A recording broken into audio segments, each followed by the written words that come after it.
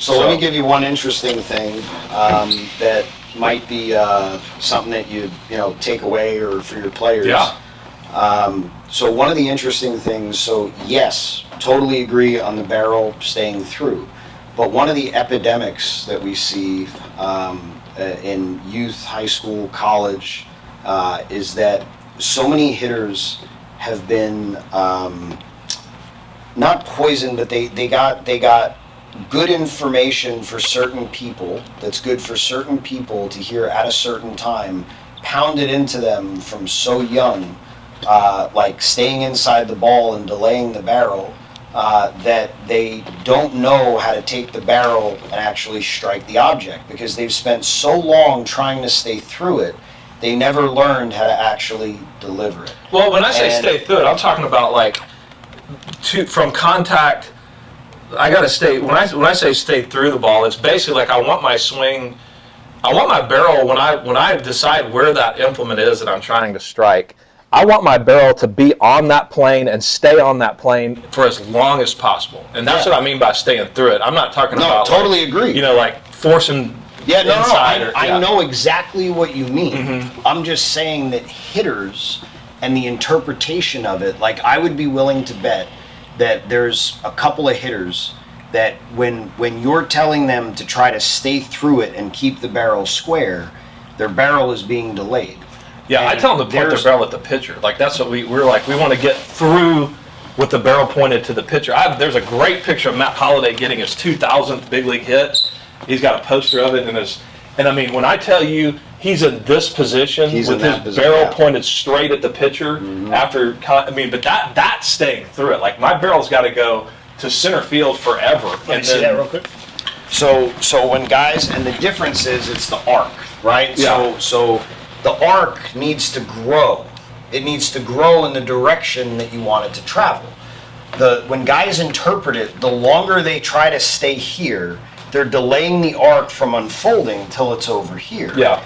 And they're not actually taking it and delivering it this way. Right. And there's a lot of hitters that when you watch the barrel through contact, it's at a point in time where it looks like it's taking a left-hand turn because it's delivering into the ball. And if you get it, it'll show the extension point here. Yeah. But when you watch the visual from the front, it's like it looks like the guy is turning around it, right? Like your swing, which was gorgeous, but there are people that would say when they watch it, it's like it's sweeping.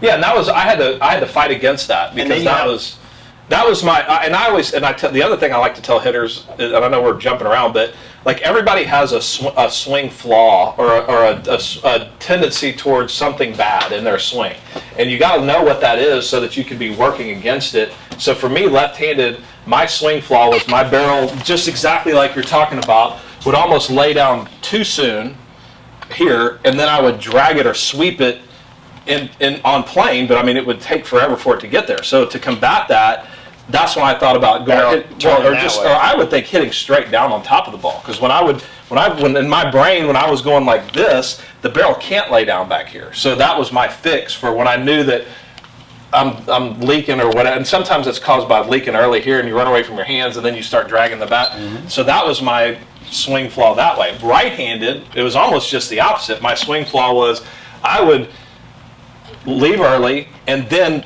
now I've got these train tracks set right here, and it would be like down and across. I was a down and across swinger, so in my brain, I'm punching the second baseman in the stomach when I swing to try to combat that, because I want that barrel to come more this way and not this way. That was my swing thought. So I encourage hitters, like, what is your dysfunction? Like, what's your hitting dysfunction that you do when your swing's not right? And if they can identify that, do the opposite. Then they can fix it. So that's kind of we try to get. And I tell guys, look,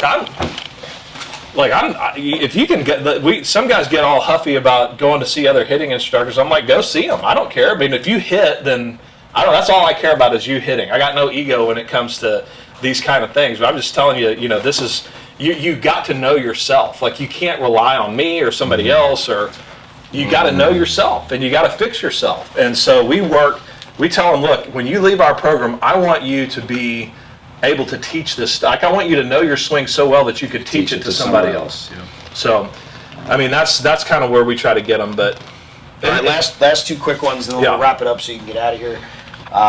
So, who's a guy that you've offensively, like a pitcher that had your number, and who's a guy that you absolutely owned? I mean, any left-handed pitcher was pretty well had my number. I mean, there was a couple of lefties that it was like, I mean, Tom Glavine, I think I was 1 for 30 against. Any lefty that could really slow it down on that, I had a hard time. Like, because of the way my swing wanted to work. If a lefty threw me a cutter or a hard fastball, I could hit it, but it was that I was having trouble with. Ted Lilly, who's a left-handed pitcher for the Cubs and Dodgers, he owned me. Randy Wolf owned me, and he's a left-handed pitcher that was like, if I, looking for the dog, got the cat, like, oh, he's going to throw the dog. Nope, it's the cat. No, I think, and then you get into this deal like, oh, I know he's going to throw me a fastball here, but he knows that I know that, so he's going to throw me a changeup, and I'm going to look for that. Now it's the fastball. I mean, you just get into this mind game where you never win it, and he's always one step ahead. That's how I felt like with Randy, and he had a real sneaky heater. Right-handed pitchers, the only guy that I can remember feeling like I got very little chance was Carlos Zambrano for the Cubs, and he was 100 with a nasty cutter, just filthy. And I don't remember feeling, and I'm sure there are right-handed pitchers that I didn't hit very well, but I don't remember ever feeling overmatched hitting left-handed, except for against a guy like Zambrano. And who's a guy that if you could have one at bat against, who would it be? Who would you want it to be against? As far as there's several guys that I had good numbers against. No, I don't even mean that. Like, maybe it's even a guy that you just, want one more time. Like, you want to go up against them, or you want to get him. Probably Adam Wainwright. I had one game where I had 2 homers off of him in the same game, but I think my career numbers against him are not great. I mean, I think I'm like a 240 hitter against him or something like that. But just because if I ever did get him again, I would love to talk smack to him for the rest of our lives, because he's a buddy of mine. But he was good. It's funny because you talk about, the hitting is so it's not just, we've spent 3 hours talking about mechanics, but that's just part of we've touched on a few of the other little things that make a good hitter. Mm-hmm. But it's like, the pitching and getting a good pitch to hit and strike zone command and all those things, like knowing what you referenced it earlier, like knowing yourself, what you can and can't hit. And really, there's a marriage of mechanics and what I call the art. The better and more efficient your mechanics are, the more you can use your art.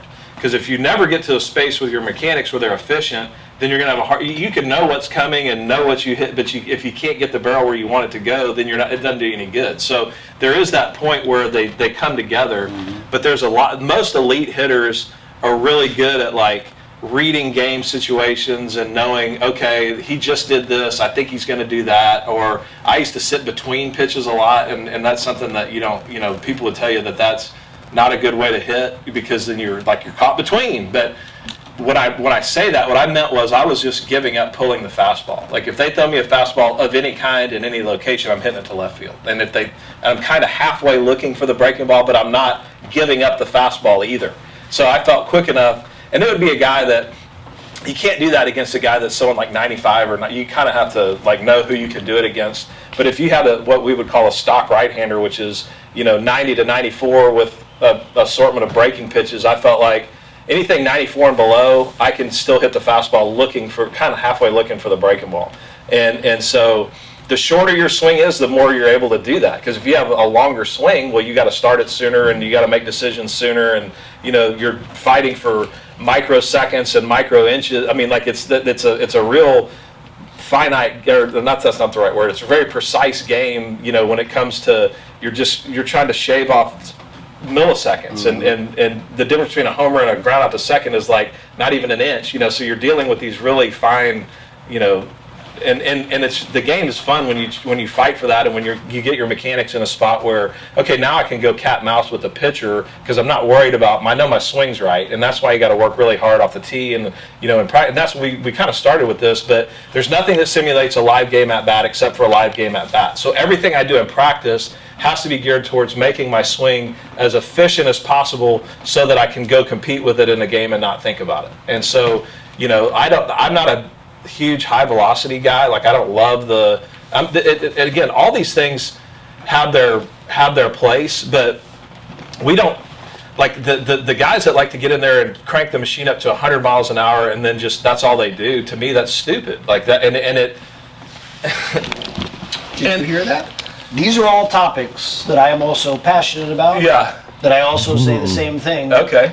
Same exact thing. Well, Did you realize there's big league organizations that like went full ham on just velo pregame, and that's the answer, and that's what they think everybody should do? Because... And there's coaches that have bought into that, and like there's an element of seeing speed and spin that I'm in on, but also when you hit off the machine, there is no ability to time a human being throwing you a ball, so timing mechanisms get screwed. Guys either stack on the back and get stuck and never go to the front, or they crash land to the front and can't stay centered. So like when we use machine, we use it for speed and spin, but we do it from like anchored wide base positions after their front foot's already down, or have just a little bit of movement, like a little rock and roll. Like we do drills with it to simulate speed and spin, or things like the rapid fire ones I mentioned earlier to increase efficiency in ball striking. But that's not for forward moves, and you have to be able to time the rhythm and sequence to what you're doing against the rhythm and sequence to what someone else is doing. That element is completely missed. Yeah. So like pregame, taking away guys' feel for finding themselves, I think is ridiculous. Yeah, I don't like it. Look, I'm not saying to never do it.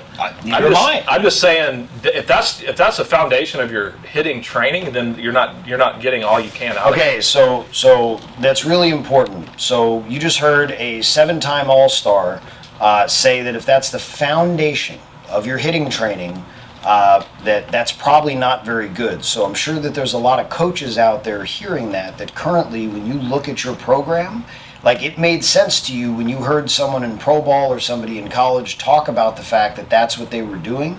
And we're both not saying that you should never do that, but that cannot be the foundation, because that's not all of a sudden going to take all of the bad swings and make them good. No, it'll actually make the bad swings worse. And I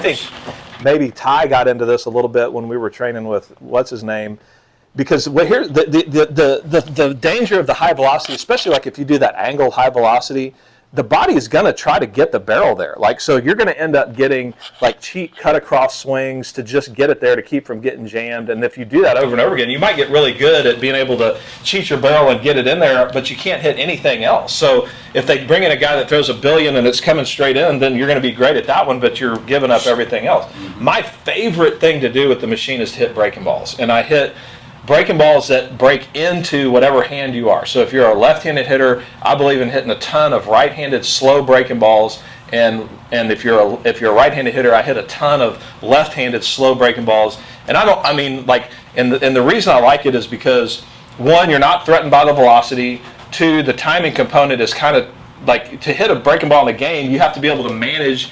Like, I'm not always going to land. You know what I'm saying? Like, I'm going to have a little bit so I can more readily simulate a game breaking ball off a machine than a game 100%. Fastball off a machine. So but the real reason I like it is because the ball is breaking kind of into me. So I've got to be able to keep my barrel coming from the inside of that ball, and also learn how to, because I tell our guys all the time, if you get a breaking ball in the middle of the plate, you should hit it out of the ballpark. Like if it stays up, like I don't want you slicing it over here. I want you to have the barrel out, but also be able to stay inside it, which is a real unique feel that you can't really get in any other training. So we try to stay away from, I tell them, look, if you pull the breaking ball, it's got to be in the top net, or like where the side and the top net meet. It needs to be on that trajectory. We want to stay away from the waist-high line drives that you hit into the side net and the ground balls, because that means, if you think about the angles, if this thing's breaking in and my barrel's coming from the outside, that's the swing that I'm producing. So I want to be able to get kind of inside and underneath that breaking ball as it's coming in. And the reason, like, it's great for they don't throw them as much anymore, I don't guess, but they used to be the real hitting problem for right guys or left guys is the two-seamer that's breaking kind of down and in, the hard. Well, that's the exact same barrel path that you have to combat that pitch. I've got to be able to get inside of it with my barrel, not my hands, they're always inside. But I always got to be able to get my barrel inside the ball and underneath it, or else I'll either beat it off my shin or ground out to third all the time or first. So the breaking ball, that arc, for whatever reason, I mean, I hit a ton of machine breaking balls as a player. If I was on the machine, it was a breaking ball, and it was like I'd hit right-handed breaking balls as a lefty and left-handed breaking balls as a righty. And I really almost never did. The only time I would do velo off a machine would be in spring training when I was like, I'm not up to the speed of the game yet. So I want to see some velocity so I can, I need to recalibrate my brain and eyes to be able to like, okay, now I feel like I can get to that, so then the game starts to slow down. But other than that, that's all I did. I love the breaking balls.